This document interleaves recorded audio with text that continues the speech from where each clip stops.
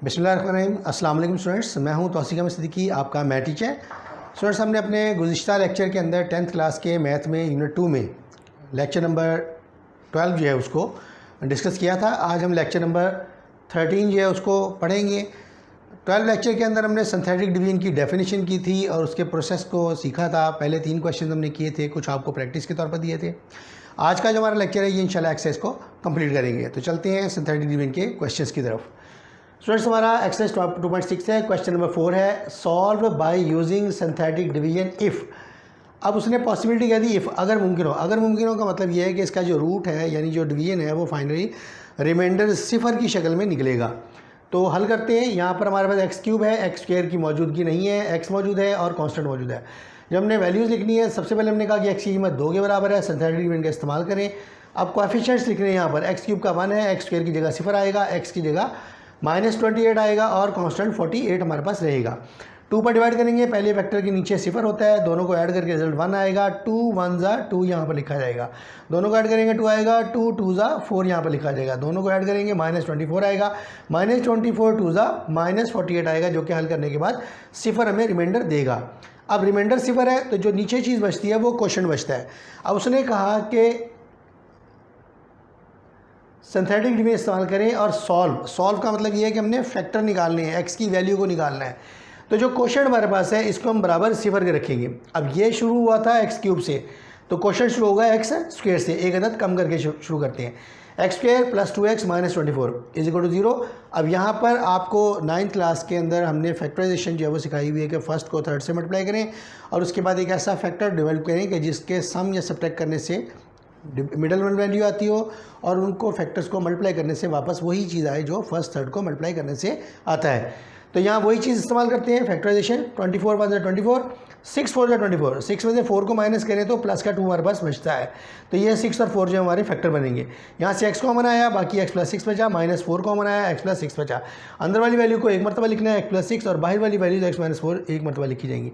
दो ही पॉसिबिलिटीज़ हैं, या तो x प्लस 6 0 होगा या x माइनस 4 0 होगा। जब x प्लस 6 0 होगा तो x की कीमत माइनस का 6 आएगी और जब x माइनस 4 0 के बराबर होगा तो x की कीमत प्लस का 4 आएगा। यूँ हमारे पास 3 फैक्टर्स जो हैं वो बनते हैं, एक जो उसने खुद दिया हुआ है x बराबर 2 के, और 2 जो हमने निकाले हैं -6 और 4 जो हैं, ये हमारे पास मज़ीद 2 फैक्टर्स बनते हैं। तो यहाँ तक स्टूडेंट्स इसका आंसर था। अगला क्वेश्चन है, इसी सवाल का दूसरा पार्ट है, 3 is the root of equation.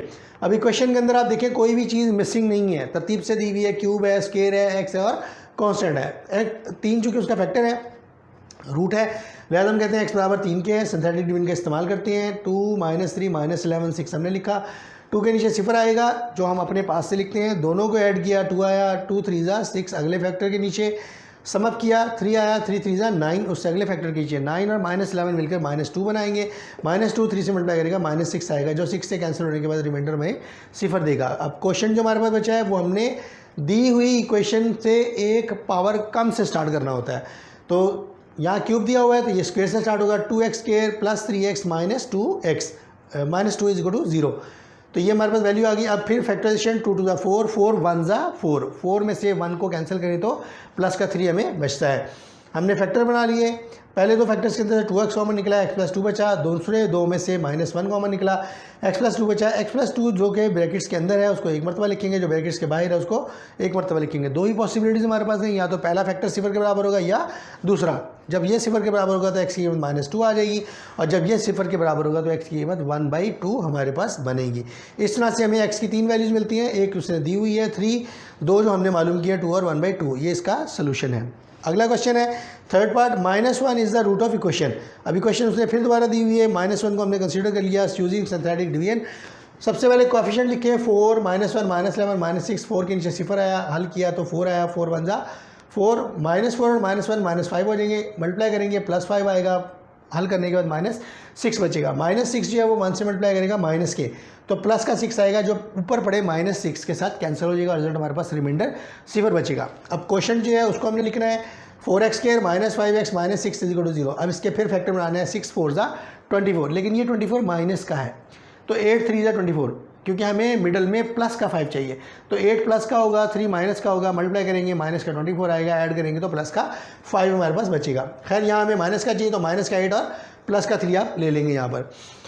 हल किया, यहाँ से 4x कॉमन आ गया, x माइनस 2 हमारे पास बचेगा, 3 यहाँ पे कॉमन आ गया, x माइनस 2 हमारे पास बचा, x माइनस 2 और 4x प्लस 3 दो पॉसिबिलिटीज़ हैं, दोनों में से पहले फैक्टर को सिफर रखेंगे तो x की कीमत 2 आएगी, दूसरे फैक्टर को सिफर रखेंगे तो x की कीमत -3/4 हमारे पास बनेगी। तो इस तरह से हमारे पास x की वैल्यू बनती है। एक जो गिवन है, गिवन में -1 है, 2 हमने निकाली और -3/4 भी हमने निकाली है यहाँ पर। इसी तरह से स्टूडेंट्स इसका क्वेश्चन नंबर 5 है, कहता है solve by using synthetic division if 1 and 3 are the roots. अब यहाँ पर आपको याद होगा हमने अपने पिछले लेक्चर के अंदर भी इस तरह के सवाल किए थे कि जिसमें दो रूट्स जो हैं वो दिए गए थे और हमने उन दोनों रूट्स को एक ही सिंथेटिक डिवीजन के अंदर रखकर सॉल्व किया था। आज हम आपको दोनों रूट्स को अलग-अलग कैसे सॉल्व किया जाता है, इस तरह से भी आप उन दो क्वेश्चंस को कर सकते हैं जो हमने अपने प्रीवियस लेक्चर के अंदर पढ़े थे। तो बहरहाल यहाँ दो रूट्स उसने दिए हुए हैं। सबसे पहले हमने पहला रूट x = 1 और दूसरा रूट x = 3 डिज़ाइन किया। उसके बाद यूजिंग सिंथेटिक डिवीजन इस्तेमाल करते हुए हमने इनके कोएफिशिएंट्स लिखने हैं। यहाँ पर स्टूडेंट्स अगर आप देखें तो x³ मिसिंग है और x मिसिंग है, तो इन दोनों के कोएफिशिएंट्स जो हैं वो 0 दर्ज किए जाएंगे।